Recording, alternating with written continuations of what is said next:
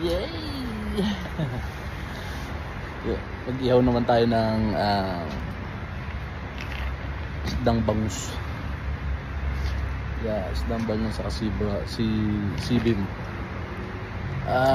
Hindi natin natitikman to. After 2 years makakatikim tayo muli. Are you enjoy here in Canada? Yeah. Ayan, nakapark yung look at the ubas.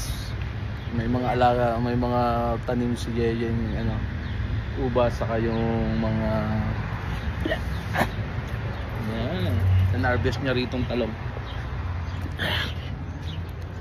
Laki. Yan. Malapit na ang sili ni Yeye. Yung mga talong. Yan. May mulberry. Yay!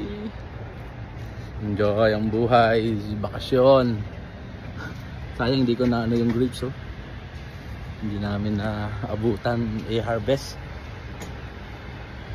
Ng talong lang, talong. Yay! Day 4 Canada vacations. Hi!